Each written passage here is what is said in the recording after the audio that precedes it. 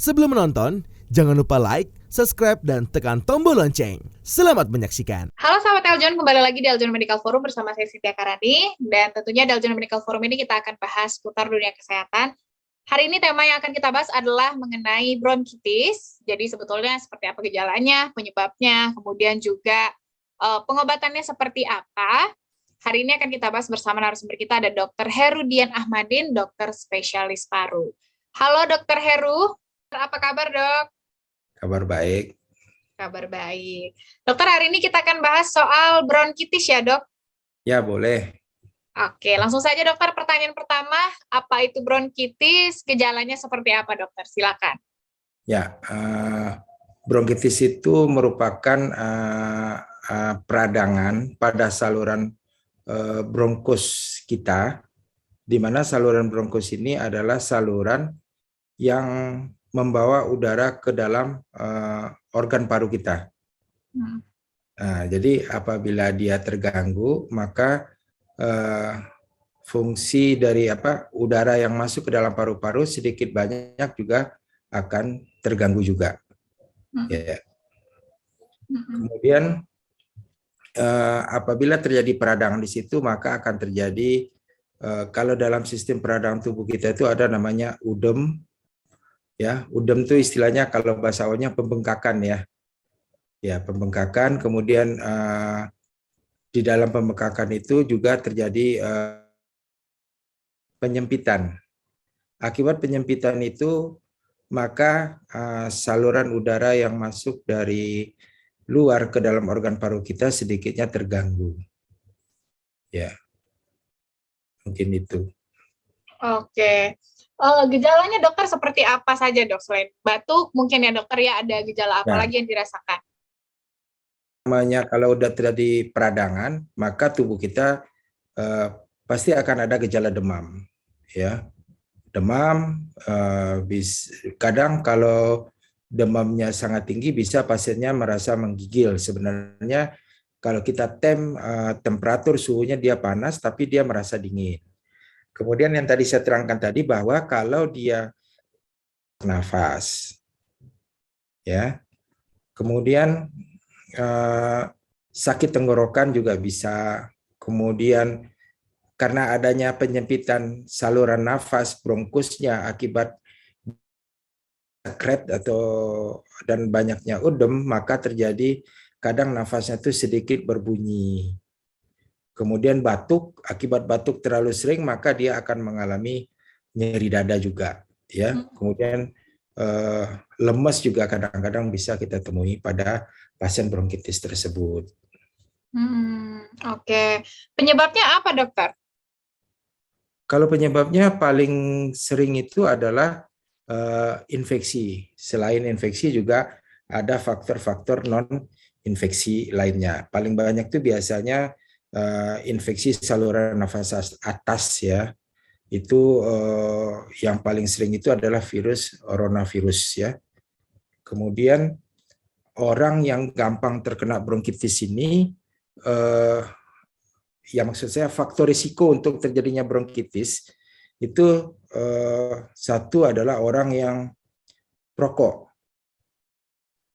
Jadi orang yang perokok aktif maupun perokok pasif akan gampang terkena bronkitis.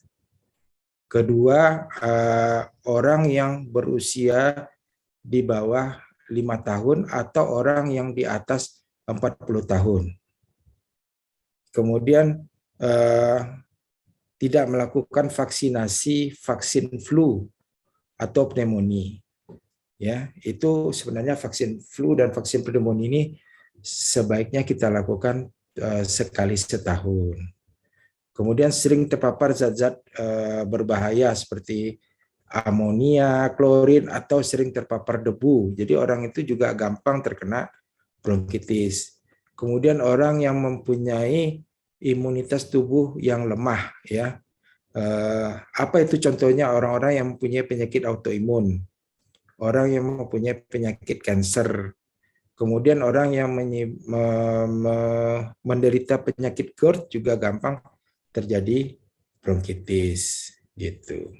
Kalau penyebabnya yang tadi saya bilang adalah infeksi dan non infeksi. Ya. Oke. Dokter, kan gejalanya adalah batuk ya, Dok. Apa dokter bedanya batuk bronkitis ini dengan batuk lainnya ataupun penyakit dari paru lainnya gitu, Dok? Oh, beda sekali. Kalau bronkitis itu kan secara definisinya kalau bronkitis itu dibagi dua ya. Ada bronkitis akut dan bronkitis kronis. Kalau bronkitis akut itu sekitar 10 sampai 14 hari. Kalau bronkitis kronis itu dia batuknya lebih dari 3 bulan dalam 1 tahun pertama, terjadi dalam 2 tahun berturut-turut. Nah, kalau kita bedakan dengan penyakit lain, misalnya TBC. TBC batuknya kalau yang akut, wah udah lewat ya. Kalau TBC itu batuknya lebih dari 2 minggu. Dan ada gejala lain juga ya. Hampir mirip sih sebenarnya. Tapi kan kalau TBC itu banyak lagi gejala lainnya, misalnya ada batuk darah, kemudian berat badannya yang turun, kemudian ada di sekitarnya orang yang penyakit infeksi gitu. Kemudian kalau kita melakukan pemeriksaan ke fasilitas pelayanan terdekat, biasanya kalau orang batuk lebih dari 2 minggu itu makanya misalnya kita pergi ke puskesmas, maka si puskesmas akan melakukan pemeriksaan dahak, sputum kalau istilahnya ya.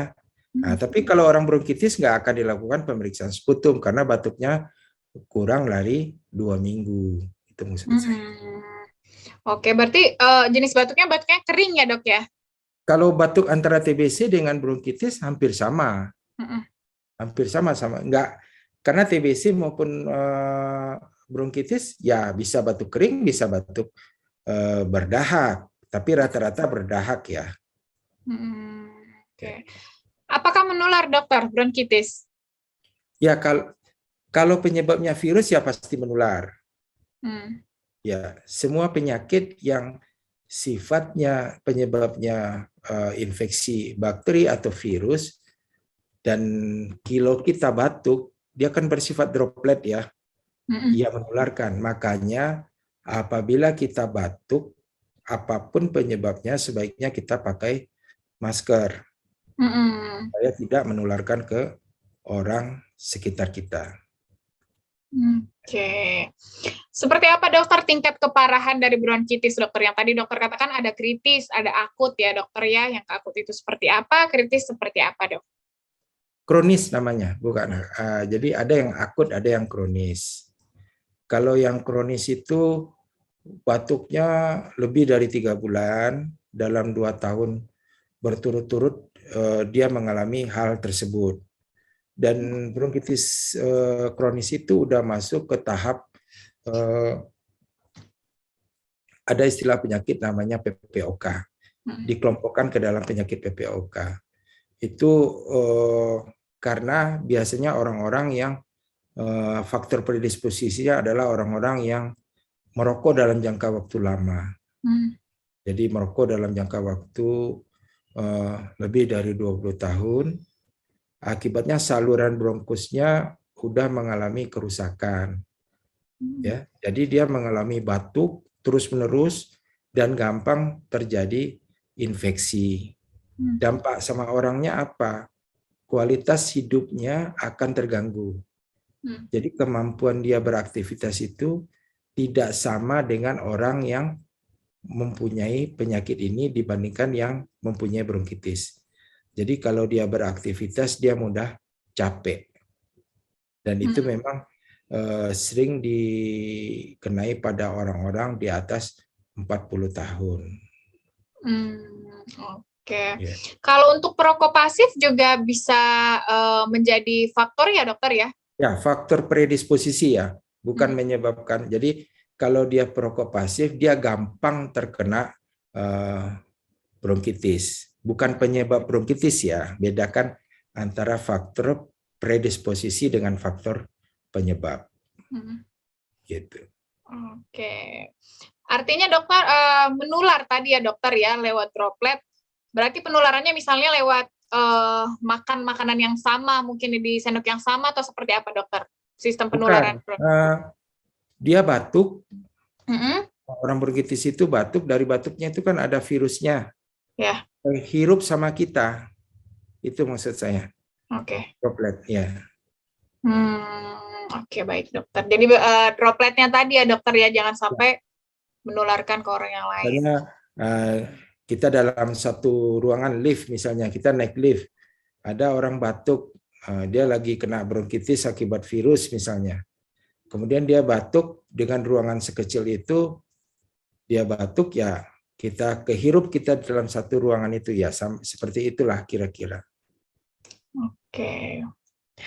Kemudian dokter, ada juga kasus yang sudah kronis, dokter, berlangsung selama bertahun-tahun itu dokter ya. Apakah itu berbahaya dong, dan apakah itu berbahaya dan apakah bisa disembuhkan dokter?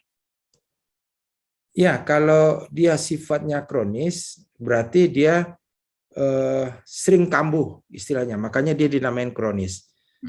Tenang, kambuh gitu. Jadi apabila ada faktor pencetusnya, dia akan kumat lagi. Ya, dan beda dengan akut. Kalau akut itu dia sembuh. Kalau kronis enggak. Ya, dia akan bisa terinfeksi lagi kalau ada pencetusnya misalnya. Oke. Baik. Oke deh. Dokter Heru, terima kasih banyak dokter. Nanti kita lanjutkan di segmen selanjutnya ya dokter. Ya, yuk. Baik, nah itu dia tadi sudah kita ketahui apa itu bronkitis, kemudian juga penyebab-penyebabnya, salah satunya juga rokok ya dokter ya, kemudian juga bisa menular karena tadi yang diakibatkan oleh virus, dengan penularannya tadi melalui droplet. Nah, akan kita lanjutkan lagi membahas mengenai bronkitis, bagaimana pengobatannya dan juga bagaimana mencegah dan jangan sampai tertular dari bronkitis ini, akan kita bahas di segmen selanjutnya, tetap di Aljon Medical Forum.